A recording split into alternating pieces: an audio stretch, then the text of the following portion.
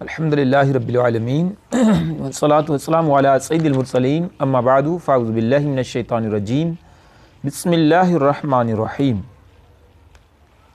وَإِذْ قَالَ مُوسَىٰ لِقَوْمِهِ يَا قَوْمِ إِنَّكُمْ ظَلَمْتُمْ أَنفُسَكُمْ بِاتِّخَاذِكُمُ الْعِجْلَ فَتُوبُوا إِلَىٰ بَارِئِكُمْ فَاقْتُلُوا أَنفُسَكُمْ ذَلِكُمْ خَيْرٌ لَكُمْ عِندَ بَارِئِكُمْ فَتَابَ عَلَيْكُمْ انہو هو التواب الرحیم۔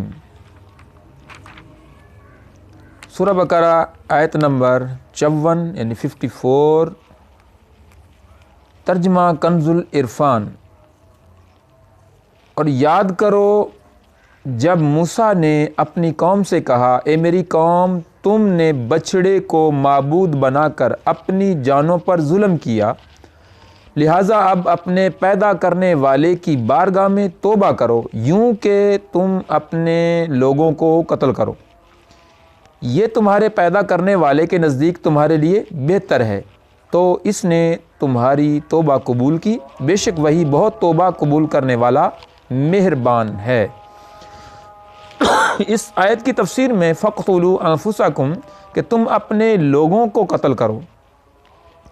بنی اسرائیل کو بچھڑا پوجنے کی سزا میں جو حکم ملا، حضرت موسیٰ علیہ السلام نے اپنی قوم سے فرمایا کہ تمہاری سزا یہ ہے اور تمہاری معافی کی صورت یہ ہے کہ جنہوں نے بچھڑے کی پوجا نہیں کی، وہ جو پوجا کرنے والے ہیں ان کو قتل کریں اور راضی و خوشی سکون کے ساتھ قتل ہو جائیں۔ اس پر قوم راضی ہو گئی اور صبح سے شام تک 70,000 قتل ہو گئے۔ تب حضرت موسیٰ علیہ السلام اور حضرت ہارون علیہ السلام اللہ کی بارگاہ میں دعا کرنے لگے اور التجا کی کہ یا اللہ معافی دے دے، معافی عطا کر، یعنی بہت گڑ گڑائے۔ تو اللہ تعالیٰ نے وہی نازل فرمائی اور فرمایا کہ جتنے قتل ہو گئے ہیں وہ شہید ہیں اور قاتل و مقتول سب جنتی ہیں۔ تو اس طرح ان کی جو پوجا بچھڑے کی تھی اس پر انہیں معافی ملی۔ اب یہاں سے ایک مسئلہ معلوم ہوا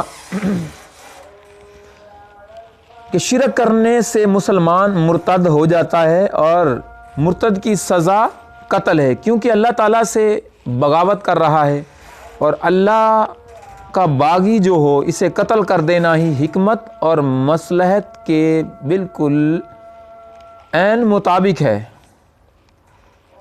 دنیا کے تقریباً تمام ممالک میں یہ قانون نافذ ہے کہ جب کوئی کسی بادشاہ کی بغاوت کرتا ہے تو اسے قتل کر دیا جاتا ہے، اور اس قانون کو انسانیت کے تمام علم بردار تسلیم کرتے ہیں اور اس کے خلاف کسی طرح کی کوئی آواز بلند نہیں کرتے۔ جب دنیاوی بادشاہ کا یہ حال ہے کہ اس کا باغی کو قتل کر دیا جاتا ہے، تو جو بادشاہوں کا بادشاہ اللہ تعالیٰ ہے اور اس کا کوئی باغی ہو جائے تو اسے قتل کر دیا جانا ظلم نہیں ہے۔ بنی اسرائیل پر اللہ تعالیٰ کا فضل تھا، انہوں نے کئی پھر بھی جرم کیے۔ نمبر 1 تو انہوں نے مجسمہ سازی کی جو حرام ہے، یعنی بچھڑے کو بنایا، اور نمبر 2 حضرت ہارون علیہ السلام کی نافرمانی کی جس کی ڈیوٹی حضرت موسیٰ علیہ السلام لگا کر گئے تھے، اور نمبر 3 بچھڑے کی پوجا کر کے مشرک ہو گئے تھے۔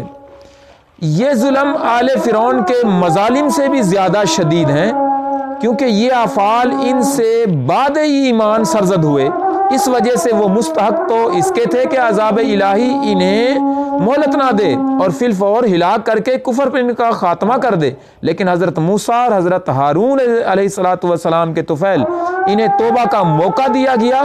یہ اللہ تعالیٰ کا بڑا فضل ہے اور یہ قتل ان کے لیے کفارہ تھا۔ آمین بجاہ خاتم النبیین صلی اللہ تعالیٰ علیہ وآلہ وسلم۔